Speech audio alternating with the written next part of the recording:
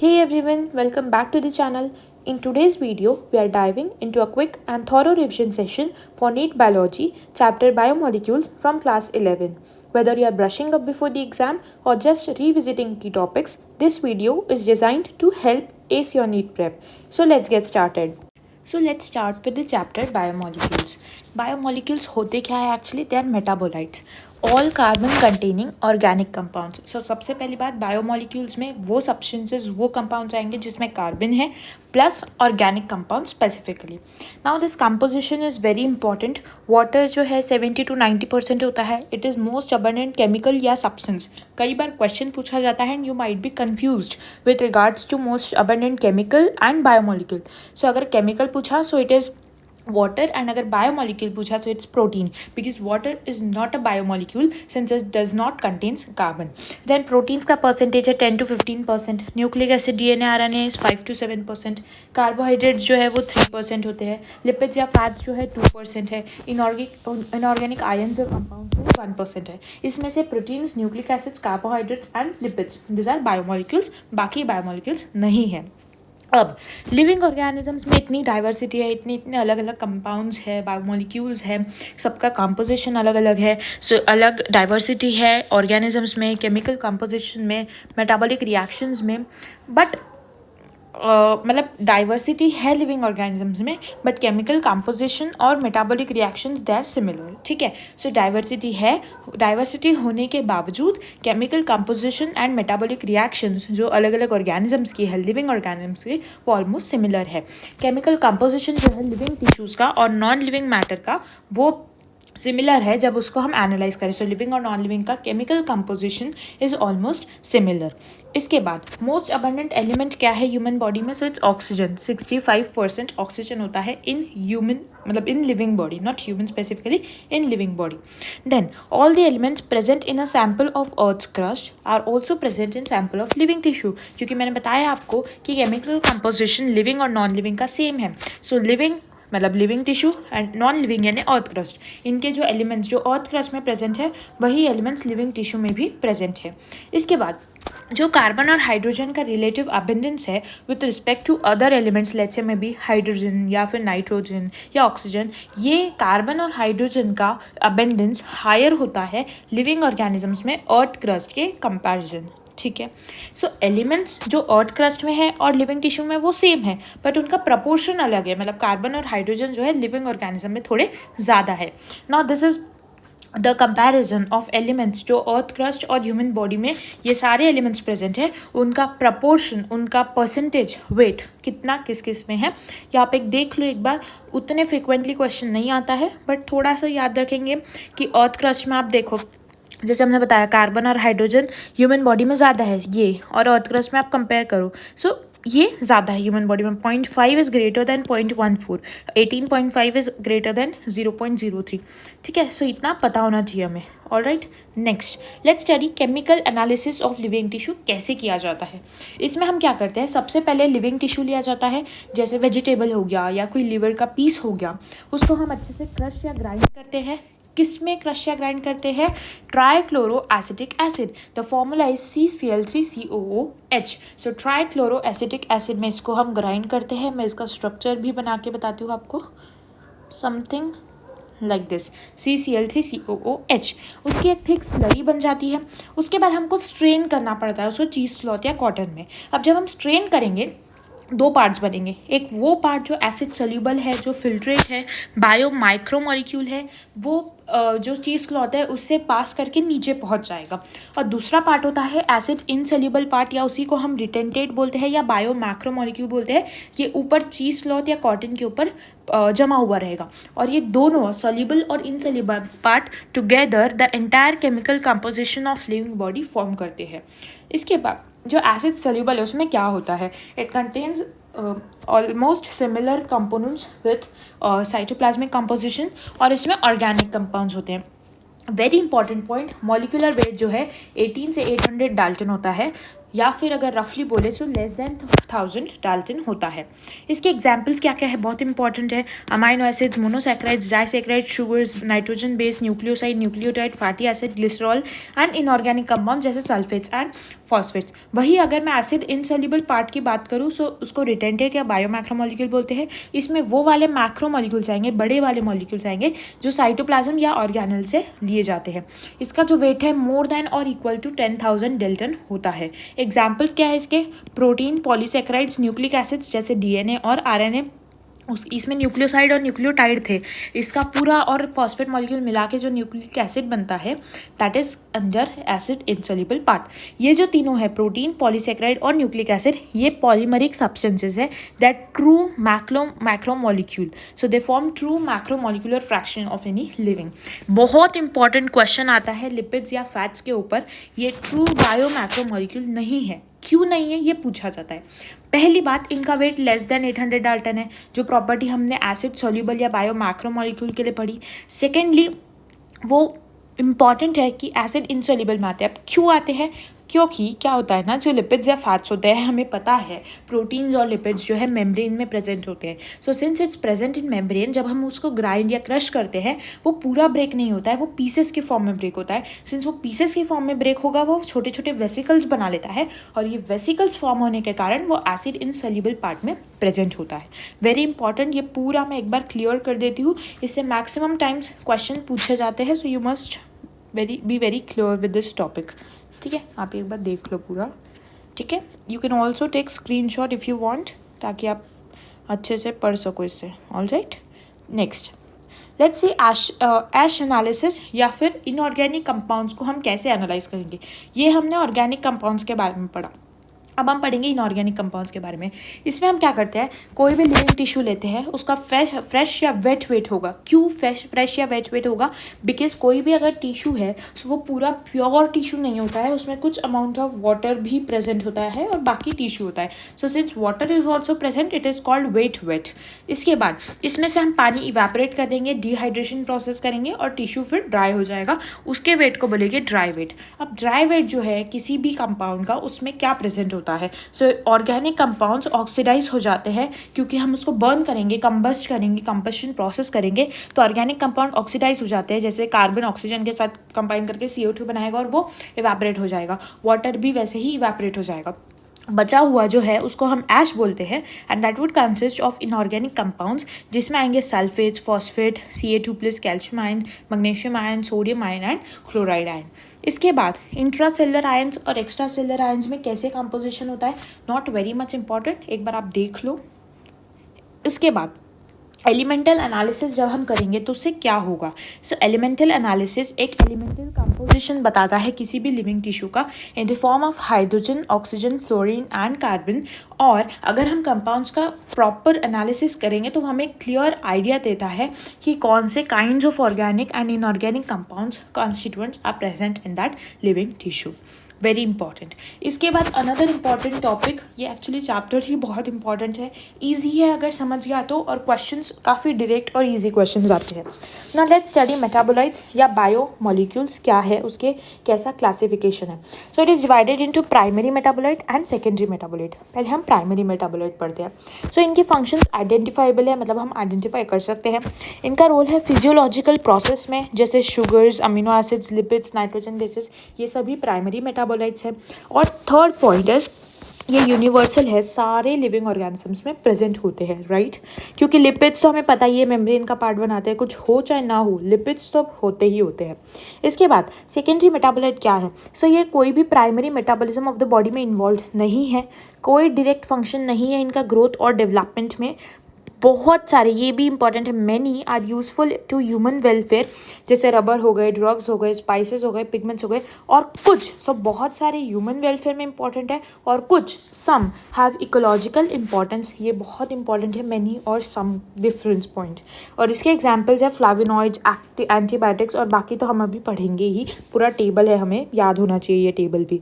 अब secondary metabolites में जैसे पिगमेंट्स कैटेगरी है, उसमें आते हैं carotenoids, anthocyanins, alkaloids, morphine, codeine, terpenoids, monoterpenes, diterpenes, essential oils, lemon grass oil, toxins, abrin, ricin, lectins, concanavalin A, drugs, vinblastine, curcumin, and polymeric substances में है rubber, gums and cellulose. So ये आपको direct पूछा जा सकता है या in the form of match the following भी पूछा जाता है। So this complete chart, this complete table is very important. इसके बाद लेट्स स्टडी ये कुछ प्रोटीन्स हम आगे पढ़ेंगे, बट ये भी एक टेबल एनसीईआरटी का इंपॉर्टेंट है, इसलिए मैंने यहाँ पर इसको प्लेस कर दिया है। कोलाजन प्रोटीन है, उसका फंक्शन है इंटरसेलुलर ग्राउंड सब्सटेंस बनाना। ट्रिप्सिन एंजाइम बनाता है। इंसुलिन जो है हार्मोन है, हार्मोन सिक्रीट करता है एक्चुअली। देन एंटीबॉडी जो है it fights infectious agent. Receptor जो है उनका काम है सेंसरी रिसेप्शन में, जैसे स्मेल, टेस्ट, हार्मोन।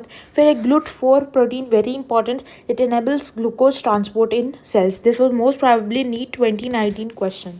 ठीक है, इसके बाद हम देखते हैं अमाइनो एसिड्स के बारे में।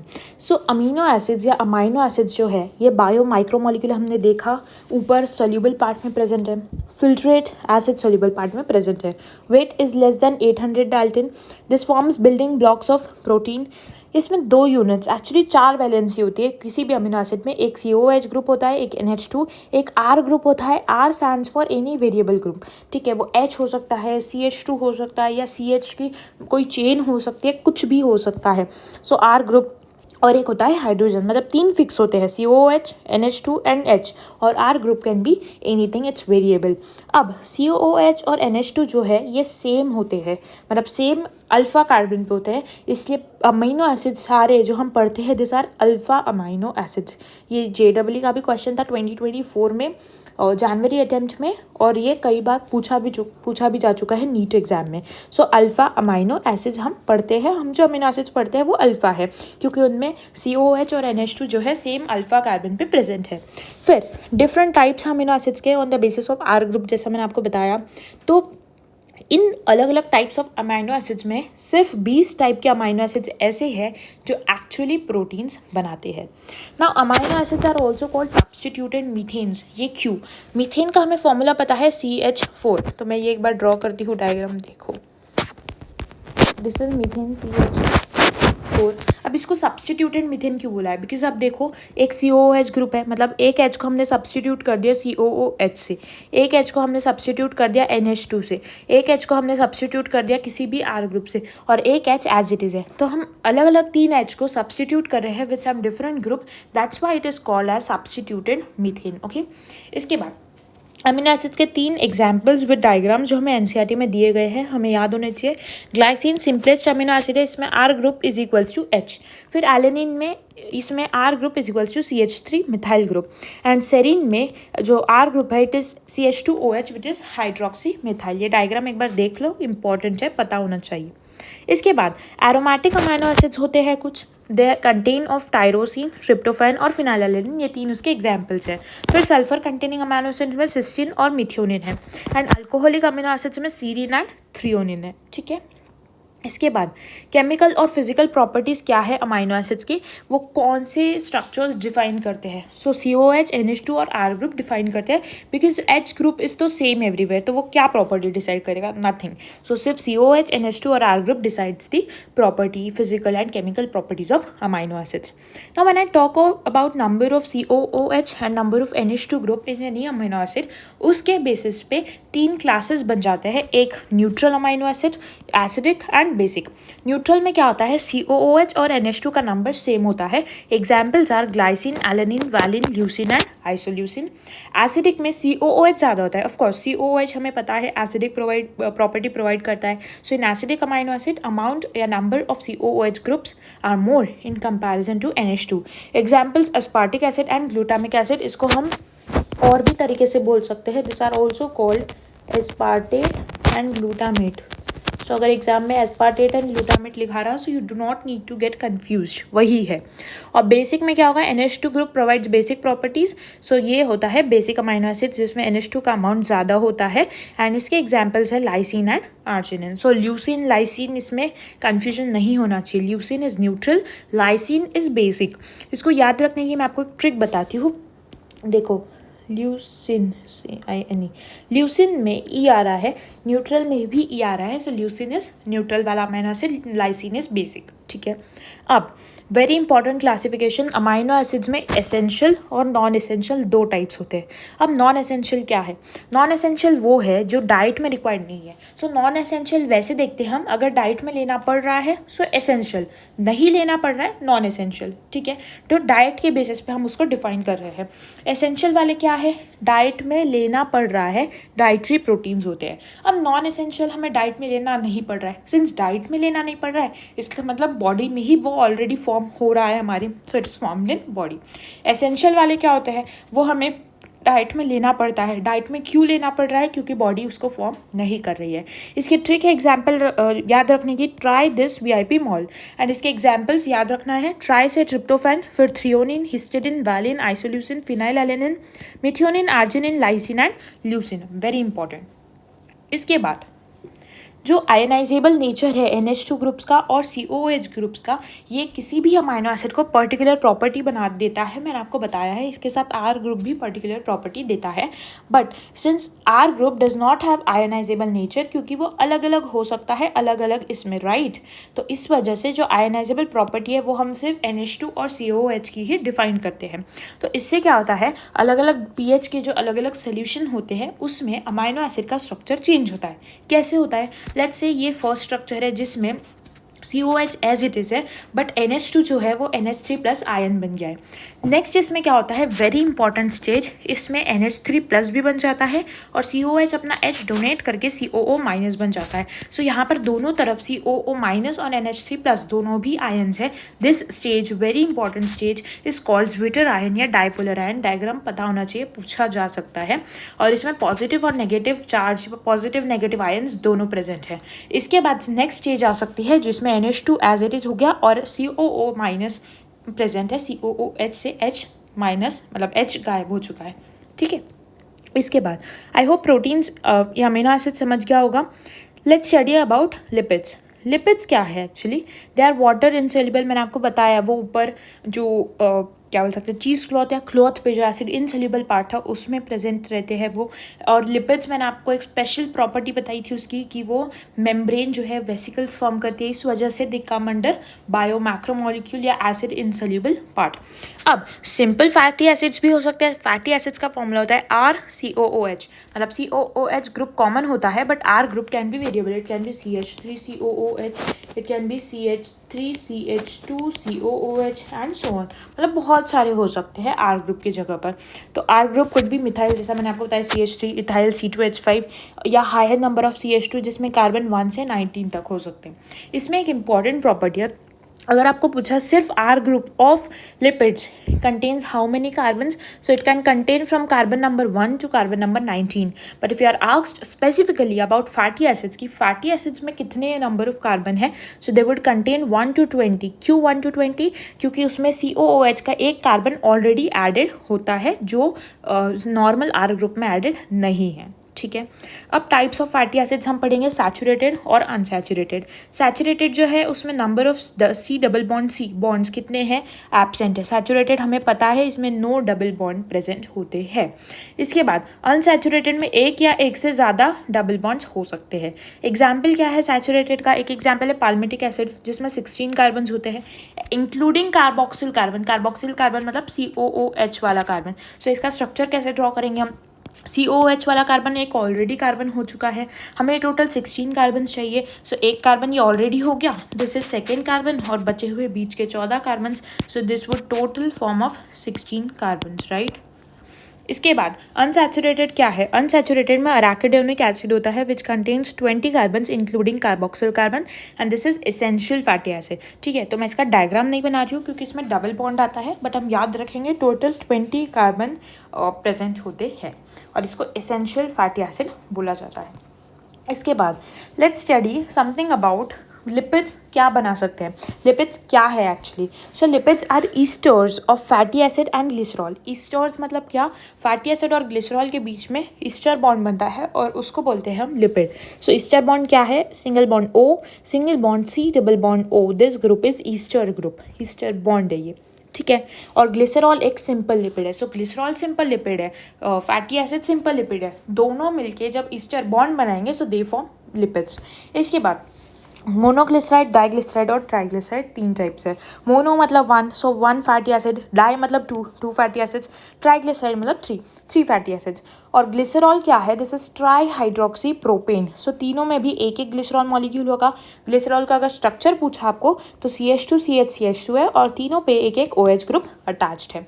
इसके बाद जो मोनोग्लिसराइड है इसमें बहुत सारे लिपिड्स हैं जिसमें बहुत फैटी एसिड्स हैं, ग्लिसरॉल है जैसा मैंने आपको बताया। इसमें ग्लिसरॉल को बोलते हैं esterified with fatty acid. Ester bond बना रहा है कौन किसके साथ, ग्लिसरॉल फैटी एसिड के साथ। So glycerol is esterified with fatty acid. Now when I talk about triglycerides, इसमें एक फैट्स है और एक ऑयल्स है। नाउ फैट्स जो है इनका हायर मेल्टिंग पॉइंट है, oils have lower melting points. Fats मतलब जैसे बटर हो गया, घी हो गया, आपने देखा होगा ठंडी में भी वो एकदम सॉलिड फॉर्म में रहते हैं, एकदम जमा हुआ रहता है। So fats are solid even in winters, but oils आप देखते हो तेल एकदम मतलब लिक्विड फॉर्म में होता है, कभी भी देखो आप, so it's liquid. Examples fats के घी, बटर जैसा मैंने आपको बताया, और ऑयल्स में gingelly oil is the example given in NCERT। अब मैं अगर आपको बताऊँ ट्राइग्लिसराइड का डायग्राम कैसे बनता है। ट्राइग्लिसराइड में हमने देखा एक ग्लिसरॉल मॉलिक्यूल आएगा, 3 फैटी एसिड्स आएगा। सो एक ग्लिसरॉल मॉलिक्यूल बनाया मैंने। फैटी एसिड्स में R1 R2 R3 can be anything, और ये ईस्टर बॉन्ड बनाया। अब किसी भी मोनोग्लिसराइड हो, डाइग्लिसराइड हो, ट्राइग्लिसराइड हो, H2O मॉलिक्यूल निकलना ज़रूरी है। सो जब H2O मॉलिक्यूल निकलता है सो ग्लिसरॉल से OH निकलता है और फैटी एसिड से एक H निकलता है। Similarly would form with this and similarly would happen in this also, मतलब 3 H2O मॉलिक्यूल्स निकलेंगे। तो इससे क्या होगा, ऐसा स्ट्रक्चर बनेगा। ये देखो, ये CH2 जो है ये इस ऑक्सीजन से जुड़ के C डबल बॉन्ड और R1 से जुड़ जाएगा। बीच वाला जो कार्बन है this would join with this oxygen C double bond and R2, और नीचे वाला CH2 would join with O C double bond and R3। So this is triglyceride जिसमें R1 R2 R3 fatty acids है, कुछ भी हो सकता है, और 3 ईस्टर बॉन्ड्स है जो मैंने डार्क ग्रीन कलर से हाईलाइट किया है वो, और 3 वाटर मॉलिक्यूल्स हमने मिलेंगे साइड में बिकॉज 3 वाटर मॉलिक्यूल्स हमने यहाँ से रिमूव किए हैं।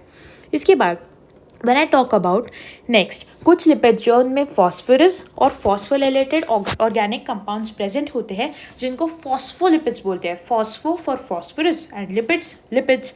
इसका example, very popular example is lecithin, and this lecithin is found in cell membrane. Important question है। न्यूरल टिश्यूज़ जो है हमारे उसमें भी लिपिड्स होते हैं और उसमें कॉम्प्लेक्स स्ट्रक्चर होता है, और ये जो लिपिड्स जो न्यूरल टिश्यूज़ में प्रेजेंट है इट इज़ कॉल्ड स्फिंगोमाइलिन, जो माइलिन शीथ में प्रेजेंट होता है। अब लेसिथिन का आप डायग्राम अच्छे से देख लो, कई बार NCERT में ये दिया हुआ भी है और कई बार एग्जाम में हमें डायरेक्ट पूछा जाता है कि लेसिथिन का डायग्राम कैसा होता है, सो हमें पता होना चाहिए, ठीक है। इसके बाद कोलेस्ट्रॉल जो है लिपिड लाइक प्रॉपर्टीज़ है, उसमें लिपिड लाइक प्रॉपर्टीज़ है, इसका मतलब वो डिराइव्ड लिपिड्स है, मतलब एक्चुअल लिपिड नहीं है, लिपिड से डिराइव्ड है। इसका भी आप डायग्राम एक बार ध्यान से देख लो, ठीक है। All right, next let's study about nucleotide. Nucleotide मतलब क्या होता है, क्या कॉम्पोनेंट्स है उसके। सबसे first component is nitrogen base जो बेसिक होता है। Then we have phosphate group जो एसिडिक प्रॉपर्टी प्रोवाइड करता है। Phosphate group is H3PO3, acidic property provide करता है and this gives negative charge to it, and ये फॉस्फेट ग्रुप का डायग्राम मैंने बनाया है। When I talk about pentose sugar, इसमें 5 कार्बन शुगर है ये। अब नाइट्रोजन ग्रुप से शुरू करते हैं। इसमें 2 क्लासेस है, नॉट टाइप्स, एक है प्यूरिन, एक है पिरामिडिन। सो प्यूरिन डाइसाइक्लिक है, मतलब 2 क्या बोल सकते हैं साइक्लिक स्ट्रक्चर है, एक एडेनिन में एक ग्वानिन में। 9 मेंबर रिंग है, 9 मेंबर्स की रिंग है, और ये नाइट्रोजन इसमें 1379 पोजीशंस पे प्लेस्ड होता है। ये हमें एक रफ आइडिया होना चाहिए, बाकी NCERT में जो एडेनिन का डायग्राम है वो मैं आपको बता दूंगी अभी। सो एडेनिन एंड ग्वानिन इसके एग्जाम्पल्स है। इसके बाद पिरिमिडिन जो है ये भी मोनोसाइक्लिक है। ये मोनोसाइक्लिक है मतलब एक ही रिंग है। मैं आपको एक बार बना के बता देती हूँ। जैसे प्यूरिन्स जो है ना उसका डायग्राम कुछ ऐसा होता है, देखो how many members does it contain, 1 2 3 4 5 6 7 8 9। So 9 membered ring purine, and pyrimidine तो सिंपल अपना हेक्सागोन होता है, ठीक है। सो इसमें 6 मेंबर्ड रिंग है ये, and nitrogen is at 1 and 3 positions. Example है साइटोसिन, थायमिन, और यूरेसिल सिर्फ RNA में होता है, थायमिन सिर्फ DNA में होता है, ठीक है। मैं अच्छे से बता देती हूँ आपको। देखो कोई भी स्ट्रक्चर, एक स्ट्रक्चर जैसे RNA या फिर DNA, चाहे RNA हो चाहे DNA हो, it would contain of only 4 nitrogen bases. जैसे अगर DNA की बात करूँ so adenine, guanine, thymine and cytosine. और अगर आरएनए की बात करूँ तो adenine, guanine, cytosine and uracil. So uracil is present only in RNA, thymine is present only in DNA. और ये सारे रिंग्स हेट्रोसाइक्लिक है, मतलब अलग अलग मेंबर्स है, क्योंकि नाइट्रोजन भी है कार्बन के साथ साथ, इसलिए बोलते हैं हेट्रोसाइक्लिक रिंग। अगर सिर्फ कार्बन होता या सिर्फ नाइट्रोजन होता so it would be homocyclic ring. ठीक है। अब पेंटोज शुगर में एक राइबोज है जो आरएनए में प्रेजेंट है, एक डीऑक्सीराइबोज है जो डीएनए में प्रेजेंट है, और इसमें ऑक्सीजन एटम जो है वो जो राइबोज के स्ट्रक्चर में कार्बन नंबर 2 से रिमूव होता है। इसका डायग्राम मैं आपको बताने वाली हूँ। ठीक है। अब नाइट्रोजन बेस न्यूक्लियोसाइड और न्यूक्लियोटाइड कैसे होते हैं। जैसे एडेनिन नाइट्रोजन बेस का एडिनोसिन और एडिनिलिक एसिड है, ग्वानिन का ग्वानोसिन एंड ग्वानिलिक एसिड, साइटोसिन का cytidine and cytidylic acid, thiamine का थाइमिडिन एंड थाइमिडिलिक एसिड, यूरेसिल का यूरिडिन एंड यूरिडिलिक एसिड, ऐसे होता है। अब ह्यूमंस में बी डीएनए होता है, not very much important, but अलग अलग टाइप के डीएनए होते हैं, जैसे जेड डीएनए होता है और भी अलग अलग होते हैं। तो हमारे ह्यूमंस में वी हैव बी डीएनए। ठीक है। इसके बाद ये नाइट्रोजन बेसिस न्यूक्लियोसाइड और न्यूक्लियोटाइड का डायग्राम हमारे एनसीईआरटी में दिया हुआ है, जो हमें पता होना चाहिए। ठीक है, देख लो आप एक बार। 1379 पोजीशंस पे नाइट्रोजन प्रेजेंट है यहाँ पर, और यहाँ पर 1 और 3 पोजीशंस पे प्रेजेंट है। This is diagram of adenine, this is diagram of uracil. अब एडिनोसिन के डायग्राम में आप देखो एक्स्ट्रा एक ग्रुप जो ऐड हुआ है, एक चीज़ जो ऐड हुई है वो है नाइट्रोजन बेस। सो एडिनोसिन में नाइट्रोजन बेस है और शुगर है। सो दिस इज शुगर और adenine is nitrogen base. Nucleoside uridine में भी वी हैव यूरेसिल, एक सेकेंड, यूरेसिल जो है ये हमारा क्या बोल सकते हैं नाइट्रोजन बेस है, और दिस इज आर शुगर। और यहाँ पर अगर आप देखोगे न्यूक्लियोटाइड में, so we have sugar also here, we have nitrogen base also, और ये पूरा फॉस्फेट ग्रुप भी यहाँ पर आ चुका है। ऑल राइट, ठीक है। नेक्स्ट लेट्स स्टडी न्यूक्लियोसाइड और न्यूक्लियोटाइड। मैंने आपको बताया न्यूक्लियोसाइड में शुगर और बेस होता है, न्यूक्लियोटाइड में न्यूक्लियोसाइड के दोनों कंपोनेंट्स शुगर बेस और फॉस्फेट मॉलिक्यूल एक्स्ट्रा होता है। इसके बाद वाटसन और क्रिक मॉडल क्या है बीडीएनए का, वेरी इंपॉर्टेंट टॉपिक। ये टॉपिक आप अभी पढ़ रहे हो और एक 12th स्टैंडर्ड में molecular basis of inheritance chapter में पढ़ोगे। इसमें क्या होता है, डीएनए एग्जिस्ट करता है एज डबल हेलिक्स मॉडल, उसको सेकेंडरी स्ट्रक्चर बोला जाता है। 2 पॉलीन्यूक्लियोटाइड स्ट्रैंड्स होते हैं जो हेलिकली कॉइल्ड होते हैं एक कॉमन एक्सिस के ऊपर। 2 पॉलीन्यूक्लियोटाइड स्ट्रैंड्स जो है एंटी पैरेलल होते हैं, वेरी इंपॉर्टेंट, मतलब ऑपोजिट डायरेक्शन में रन करते हैं और कॉम्प्लीमेंट्री होते हैं एक दूसरे से। ए और जी एक स्ट्रैंड का कंपल्सरीली पेयर करता है, बेस पेयर करता है विथ टी एंड सी, मतलब ए और टी का पेयर है और जी और सी का पेयर है, ऐसा। मतलब एक स्ट्रैंड पे अगर जैसे यहाँ पर एक स्ट्रैंड पे थाइमिन है, so second strand would surely have adenine. मतलब अगर मैंने आपको एक स्ट्रैंड पे बता दिया कि ऐसा स्ट्रक्चर है, T G A C, C A ji, G T A सी, ऐसा, तो आप बता सकते हो इसके आगे ए रहेगा, इसके आगे सी रहेगा, इसके आगे टी, ये जी, ये जी, ये टी, ये सी, सी ए टी जी। मतलब अगर एक स्ट्रैंड का आपको मैंने बता दिया तो आप सेकंड स्ट्रैंड का प्रिडिक्ट कर सकते हो, क्योंकि ए और टी हमेशा साथ में रहेंगे और जी और सी हमेशा साथ में ही रहेंगे। ठीक है। अब इसमें बॉन्ड्स होते हैं, हाइड्रोजन बॉन्ड्स, जैसे ए और टी है इसके बीच में बॉन्ड्स रहेंगे। सो कौन से बॉन्ड्स होते हैं, A or T has 2 hydrogen bonds ऐसे, and G and C have 3 hydrogen bonds like this। ठीक है, I hope you got this। Next, let's study इसमें क्या होता है। एक important चीज़ है which is called phosphate moiety।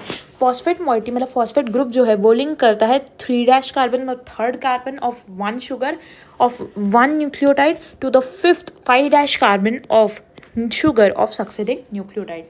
जो नाइट्रोजन बेसिस है परपेंडिकुलर होते हैं और वो फेस करते हैं inside. Important point, her step of accent मतलब जब वो चढ़ता है तो स्ट्रैंड 36 डिग्री से टर्न करता है। इसका मतलब टोटल 10 क्या बोल सकते हैं स्टेप्स में वो 360 डिग्री पूरा एक सर्कल बना लेगा, और एक टर्न हैज़ 10 बेस पेयर्स। मैं यहाँ पर जैसे ये डायग्राम है, सो ये ऐसा जाके जो ऐसा आ रहा है तो इसके बीच में 10 बेस पेयर्स है। कैसे, देखो आप, ये 5 यहाँ पर रहेंगे और ये 5 यहाँ पर रहेंगे। डायग्राम थोड़ा गड़बड़ बना है, बट 5 और 5 इसमें 4 ही दिख रहे हैं, बट 5 ऐसे करके वो 10 बनाएंगे। ठीक है।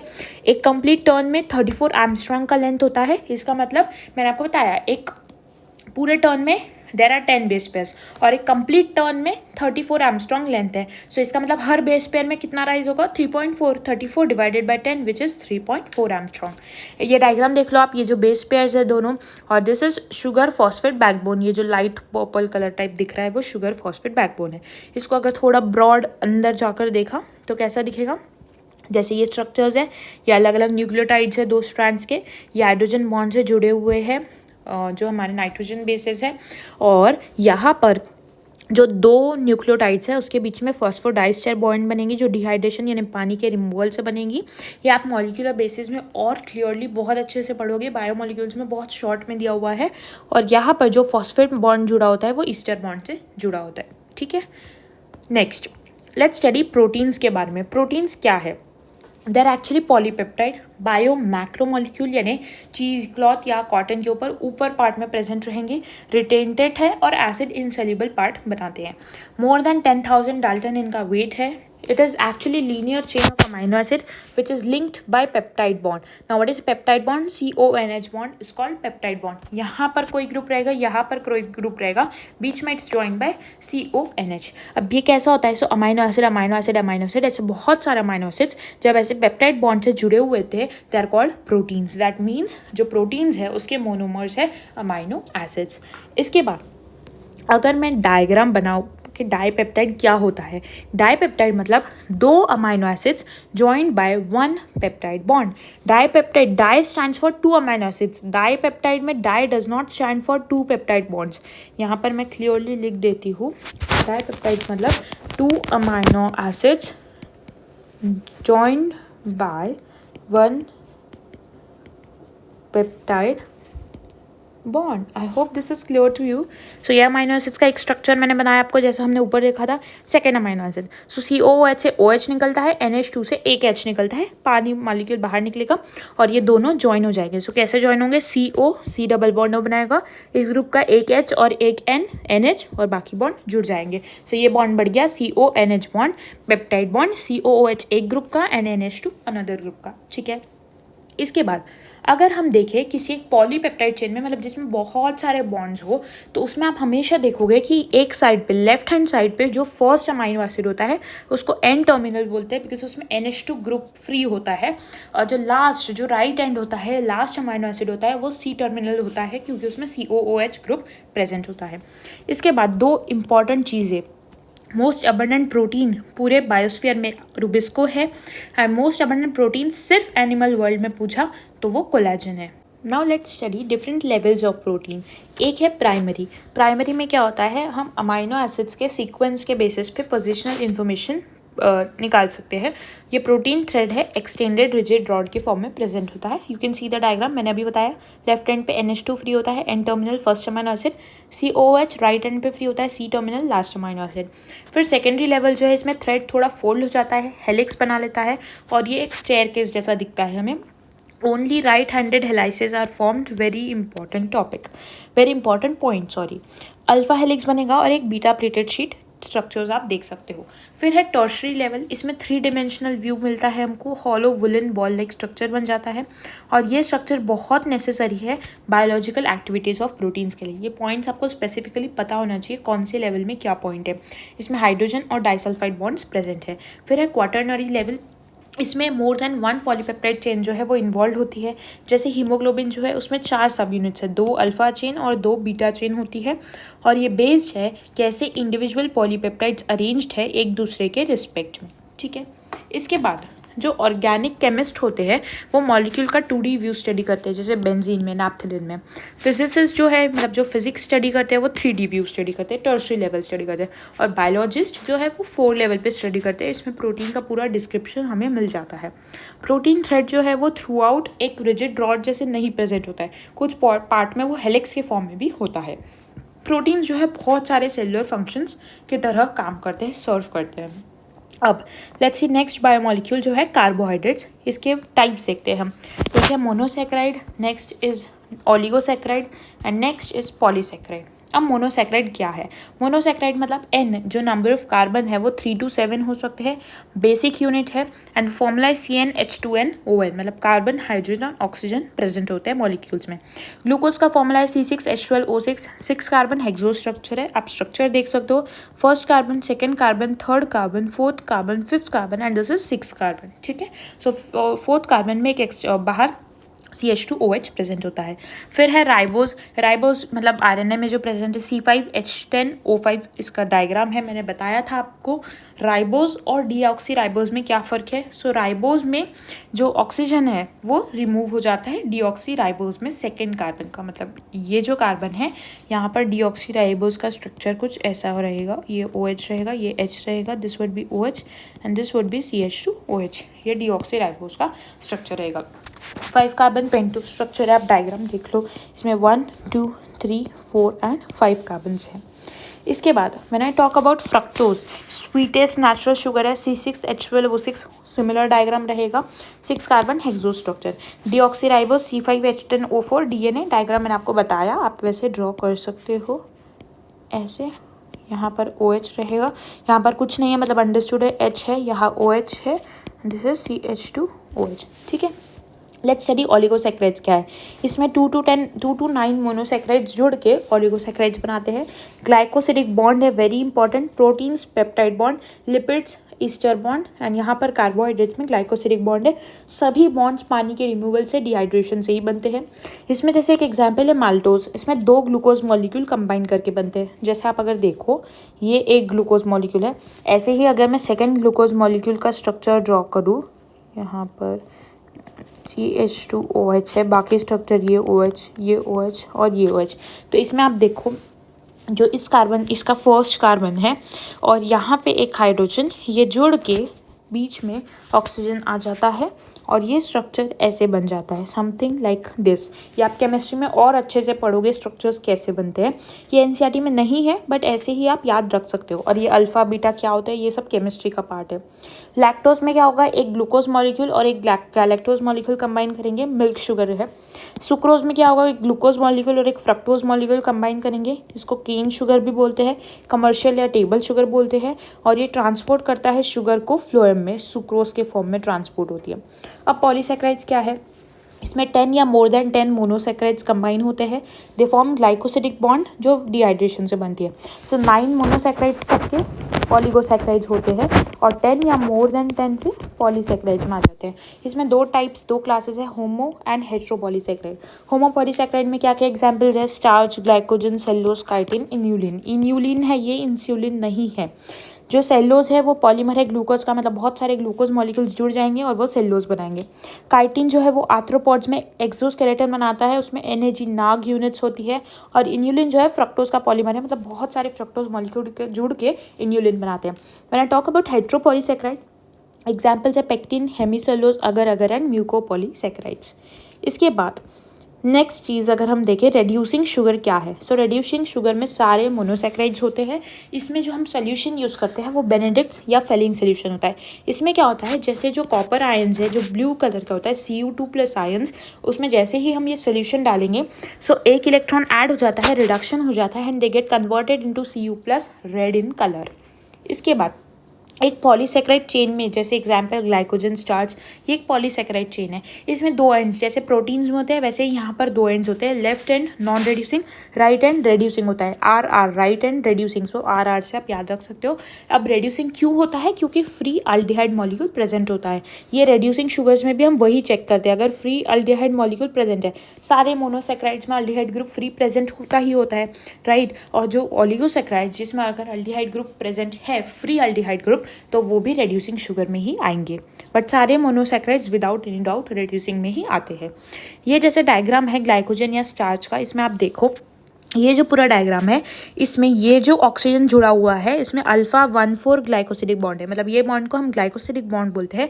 इसका फर्स्ट वाला कार्बन और इसका फोर्थ वाला कार्बन इसमें बॉन्ड बनाए। सिमिलरली इसमें अगर आप देखो इसके फर्स्ट कार्बन में और इसके फोर्थ कार्बन में बॉन्ड बनाए, सो अल्फा 1,4 बॉन्ड हुआ। और यही अगर आप देखो यहाँ पे 6th कार्बन से और इसके फर्स्ट कार्बन से अल्फा 1,6 ग्लाइकोसिडिक बॉन्ड बना है ब्रांचिंग पे। सो सारे ब्रांचेस पे अल्फा 1,6 ग्लाइकोसिडिक बॉन्ड बॉन्ड होता है, और नॉर्मल अगर स्ट्रेट चेन है तो अल्फा 1,4 ग्लाइकोसिलिक बॉन्ड होता है।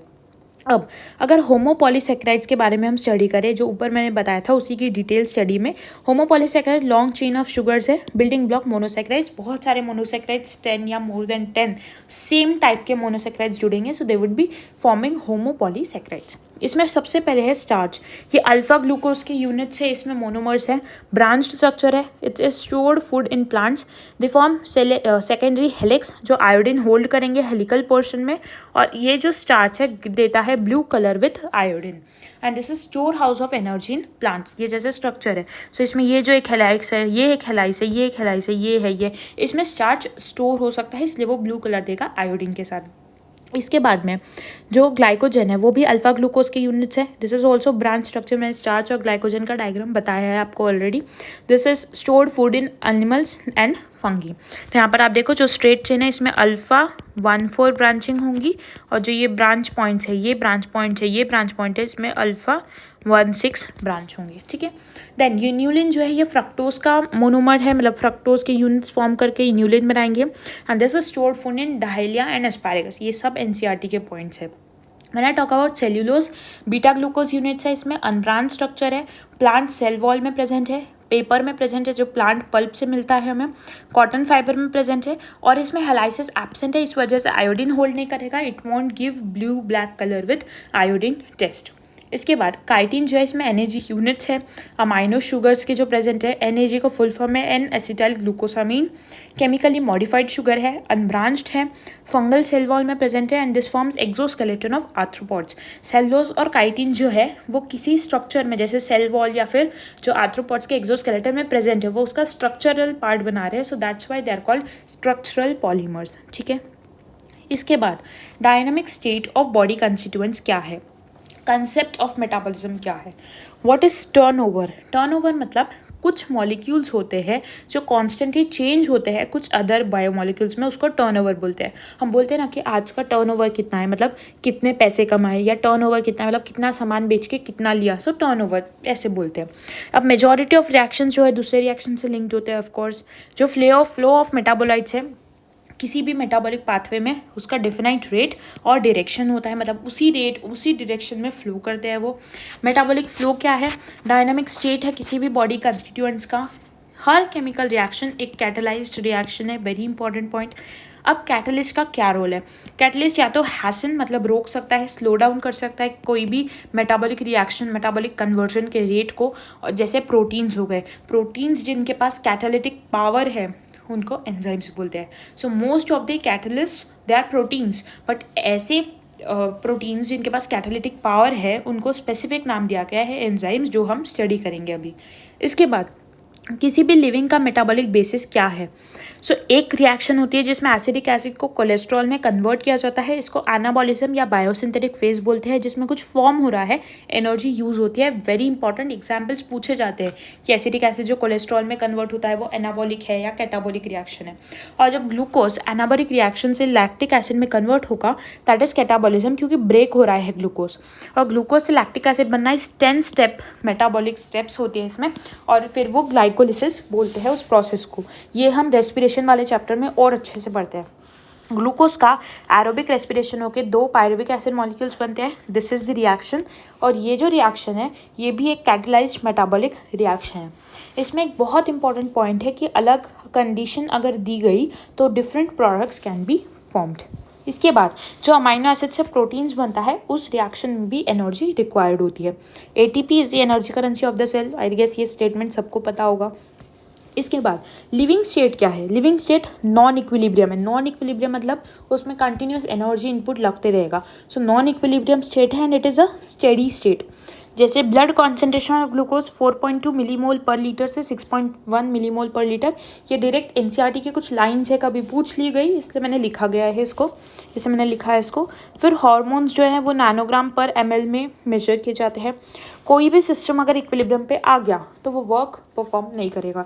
जैसे अगर किसी स्टूडेंट को टेस्ट में आउट ऑफ मार्क्स आ गए तो वो नेक्स्ट टेस्ट के पहले ओवर कॉन्फिडेंट होके हो सकता है पढ़े ना वो उतने अच्छे से और उसको वापस कम मार्क्स आ गए। सो जब वो इक्विलिब्रियम पे पहुंच गया, जब उसको लगने लग गया कि मुझे आउट ऑफ मार्क्स आ रहे हैं, तो उसने पढ़ना छोड़ दिया, कोई काम नहीं किया। मेटाबॉलिज्म क्या है? इसमें एनर्जी प्रोड्यूस होती है, लिविंग स्टेट से सिनोनिमस है, और कोई लिविंग स्टेट ऐसा नहीं है जिसमें मेटाबॉलिज्म हो ही नहीं रहा हो। एक ना एक रिएक्शन होती ही होती है हर लिविंग ऑर्गेनिज्म में। सो बहुत सारे 1000 टाइप्स ऑफ एंजाइम्स हैं जो हर यूनिक केमिकल या मेटाबॉलिक रिएक्शन को कैटलाइज करते हैं। मल्टी स्टेप केमिकल रिएक्शंस होते हैं जिसमें हर स्टेप कैटलाइज होता है या तो सेम एंजाइम कॉम्प्लेक्स से या डिफरेंट एंजाइम से, जिसको हम मेटाबॉलिक पाथवे बोलते हैं। और ये जो मेटाबॉलिक पाथवे होता है जिसमें एक या एक से ज़्यादा या दो एडिशनल रिएक्शंस होते हैं जिससे बहुत सारे मेटाबॉलिक एंड प्रोडक्ट्स बन सकते हैं। इसके बाद एंजाइम्स क्या है? Enzymes are actually 3D structure जिसमें एक्टिव साइट इंक्लूडेड होती है। तो almost all enzymes are proteins. कुछ न्यूक्लिक एसिड्स ऐसे होते हैं जो एंजाइम्स की तरह बिहेव करते हैं, वेरी इंपॉर्टेंट, जैसे राइबोजाइम, इसमें कैटालिटिक पावर होता है। फिर ये प्राइमरी स्ट्रक्चर होता है इनका, सेकेंडरी और टर्शरी भी हो सकता है। एक्टिव साइट होती है इनमें जिसको क्रेवाइस या पॉकेट बोलते हैं, जिसमें कोई सबस्ट्रेट फिट हो सकता है रिएक्शन करने के लिए। एंजाइम कैटलिस्ट जो है वो इनऑर्गेनिक कैटलिस्ट से डिफर करते हैं। क्यों डिफर करते हैं? जो एंजाइम कैटलिस्ट है वो हाई टेम्परेचर जैसे 40 डिग्री सेल्सियस वगैरह पे डी नेचर हो जाते हैं, मतलब टूट जाते हैं। बल्कि जो इनऑर्गेनिक कैटलिस्ट है वो हाई टेम्परेचर हाई प्रेशर पे भी उतने एफिशिएंटली काम करते हैं। Now there are some thermophilic organisms. Thermophilic मतलब जो हाई टेम्परेचर पे सस्टेन सर्वाइव कर सकते हैं। सो वो एंजाइम्स उनके एकदम स्टेबल होते हैं, कैटालिटिक पावर एकदम उनमें प्रेजेंट होता है इवन एट हाई टेम्परेचर से 80 to 90 डिग्री सेल्सियस पे। What is thermal stability? Thermal stability एक इंपॉर्टेंट क्वालिटी है एंजाइम्स का जो आइसोलेटेड मतलब जो मिलता है फ्रॉम थर्मोफिलिक ऑर्गेनिजम्स। क्यों? क्योंकि थर्मोफिलिक मतलब जो हाई टेम्परेचर लविंग है। सो हाई टेम्परेचर लविंग मतलब उनमें थर्मल स्टेबिलिटी प्रेजेंट है। सो ये क्वालिटी हमें थर्मोफिलिक ऑर्गेनिज्म से मिलती है। अब केमिकल रिएक्शंस क्या है? इसमें फिजिकल चेंज या केमिकल रिएक्शन हो सकते हैं। फिजिकल चेंज में ना ही कोई बॉन्ड ब्रेक होगा ना ही कोई मैटर का स्टेट चेंज होगा, बट केमिकल रिएक्शन में बॉन्ड ब्रेक बॉन्ड फॉर्म कुछ भी हो सकता है, जैसे इनऑर्गेनिक केमिकल रिएक्शन, जैसे ये एक एग्जाम्पल है। Second example can be hydrolysis of starch into glucose, ये एक ऑर्गेनिक केमिकल रिएक्शन है। इसके बाद रेट ऑफ रिएक्शन क्या होता है? रेट ऑफ रिएक्शन मतलब पर यूनिट टाइम में कितना अमाउंट ऑफ प्रोडक्ट बन रहा है। Formula can be rate is equals to delta p by delta t, amount of product form पर यूनिट टाइम।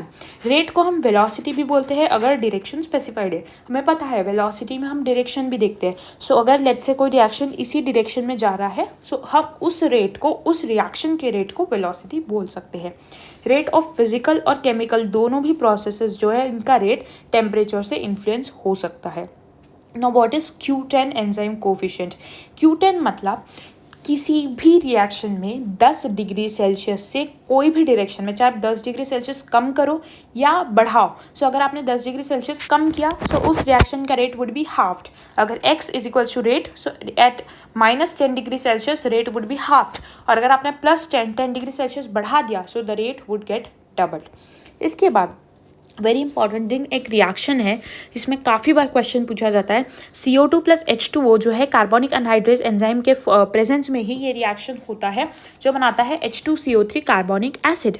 इसमें क्या होता है एक्चुअली, एक एंजाइम सबस्ट्रेट कॉम्प्लेक्स बनता है जिसमें CO2 एक साइड से एक्टिव साइड से अटैच होता है और H2O अनदर एक्टिव साइड से अटैच होता है। फिर एंजाइम प्रोडक्ट कॉम्प्लेक्स बनता है, इसमें H2CO3 फॉर्म होता है।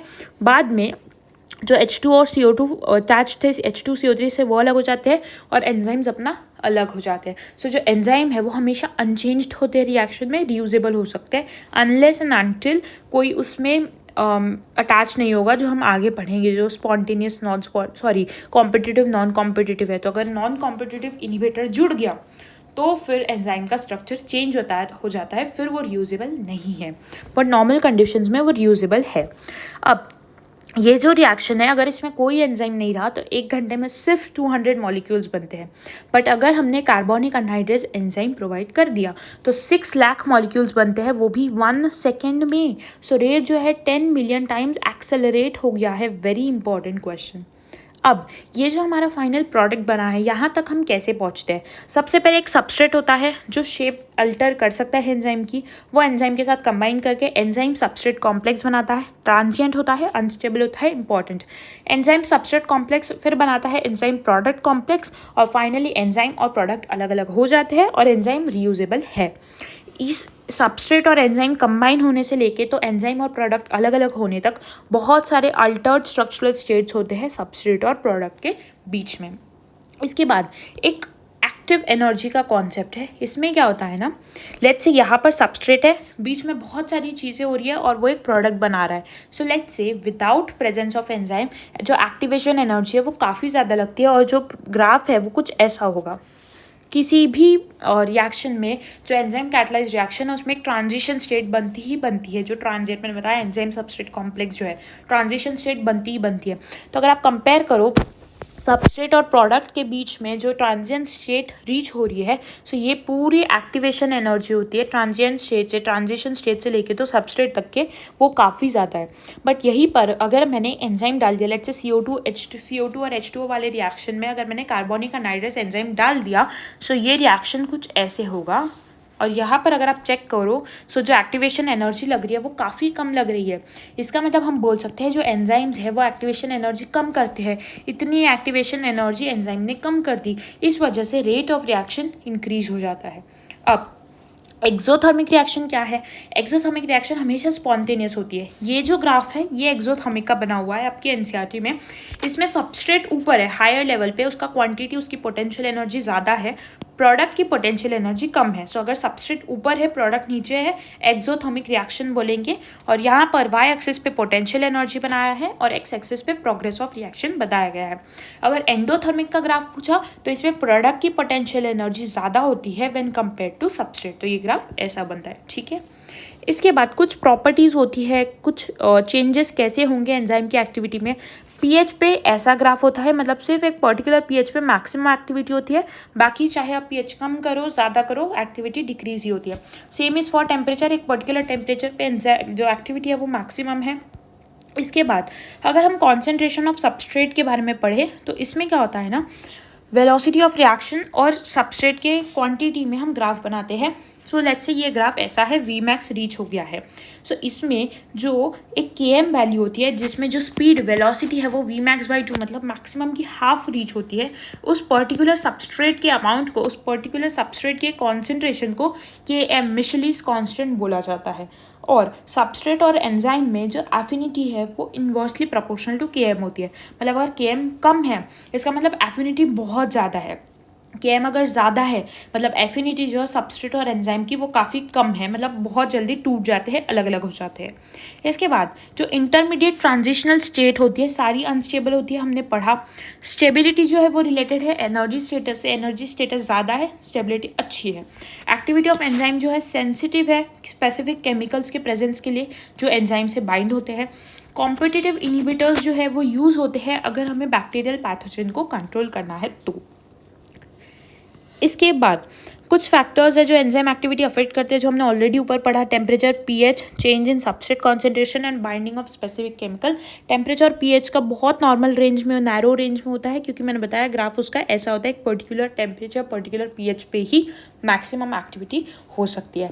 अगर हमने बहुत कम टेम्परेचर रखा तो एंजाइम्स इनएक्टिव हो जाते हैं, और अगर बहुत हाई टेम्परेचर रख दिया तो उनकी एंजाइमेटिक एक्टिविटी ही डिस्ट्रॉय हो जाती है, क्योंकि मैंने बताया था जो प्रोटीन्स है वो डीनेचर हो जाते हैं हीट से, राइट। अब एंजाइम इनिबिशन में एक कॉम्पिटिटिव इनिबिटर और नॉन कॉम्पिटिटिव है। एलोस्टेरिक आपको नहीं पढ़ना है, कॉम्पिटिटिव और नॉन कॉम्पिटिटिव ही पढ़ना है।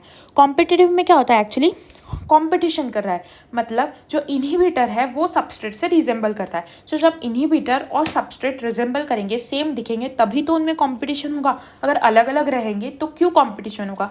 लेट्स से आपके एक फ्रेंड ने और आपने दोनों ने ही डिबेट कंपटीशन में पार्टिसिपेट किया है, so that would be called competition. दोनों के पास सेम क्या बोल सकते हैं कला है, दोनों सेम चीज़ में पार्ट ले रहे हैं।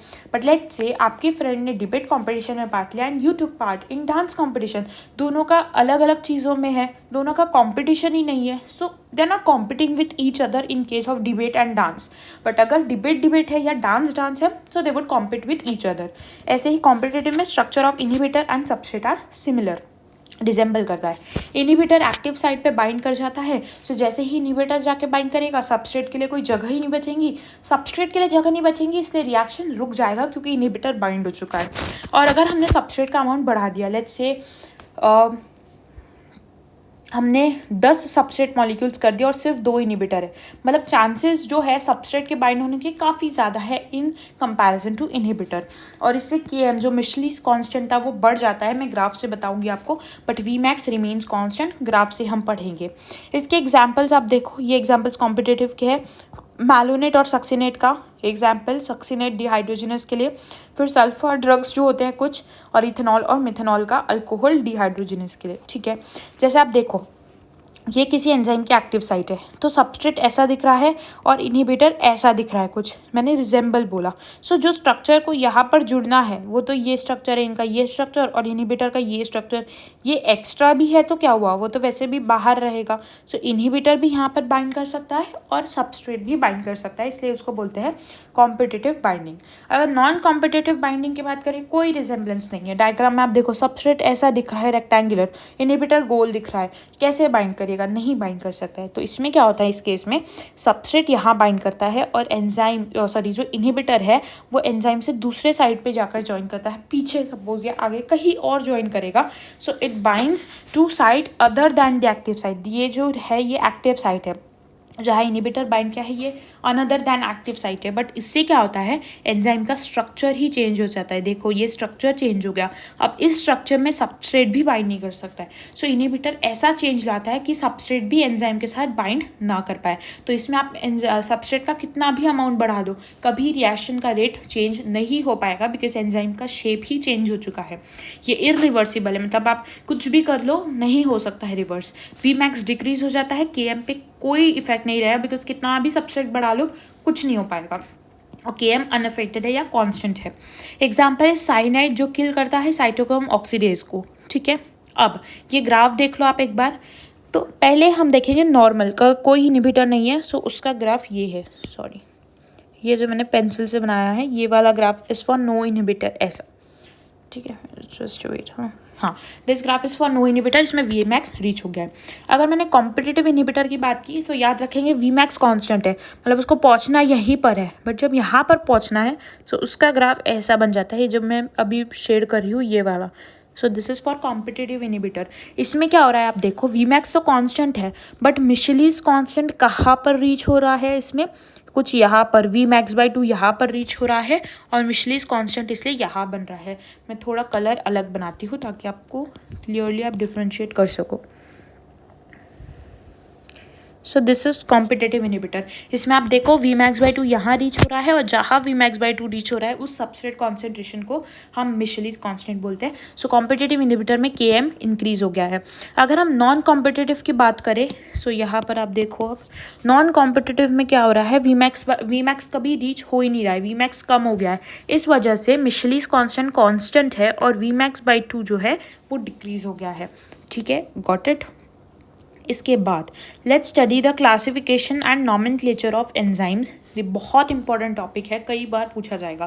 This is based on the types of reaction they catalyse, मतलब किस टाइप के रिएक्शन कैटलाइज कर रहे हैं। 6 क्लासेस में डिवाइड किया है, हर क्लास में 4 से 13 तक के सब क्लासेस हो सकते हैं, जो 4 डिजिट नंबर से नंबर की जाती है, नेम की जाती है, विच इज़ नॉट इम्पॉर्टेंट, ठीक है। अब बस ये क्लास याद होनी चाहिए, 1 2 3 4 5 6 इसी सीक्वेंस में याद होनी चाहिए। सबसे पहले है ऑक्सीडो रिडक्टेसेस या डिहाइड्रोजिनेसेस। इसमें एंजाइम्स होते हैं जो कैटलाइज करते हैं ऑक्सीडो रिडक्शन, मतलब oxido reductase would catalyse oxido reduction, 2 substrate molecules जैसे S और S' के बीच में। जैसे आप देखो कोई रिएक्शन है, पहले S मॉलिक्यूल रेड्यूस था, S' मॉलिक्यूल ऑक्सीडाइज था। सो रिएक्शन होने के बाद में S मॉलिक्यूल ऑक्सीडाइज हो जाएगा, S' रेड्यूस हो जाएगा। वेरी इंपॉर्टेंट, ये बहुत इंपॉर्टेंट है, मैं बार बार बोल रही हूँ। फिर ट्रांसफरेसेस जो है, इसमें ट्रांसफर ऑफ ग्रुप होगा, जैसे कोई G ग्रुप है तो इसमें आप देखो जैसे ये S जो है पहले G से अटैच था और S' अलग था, तो G ग्रुप का ट्रांसफर हो जाएगा, वो S' से जाके अटैच हो जाएगा और S ग्रुप अलग हो जाएगा। Next is hydrolysis. इसमें क्या होता है, हाइड्रोलिसिस होता है Easter, ether, peptide, glycosidic, C halide या फिर PN बॉन्ड्स का।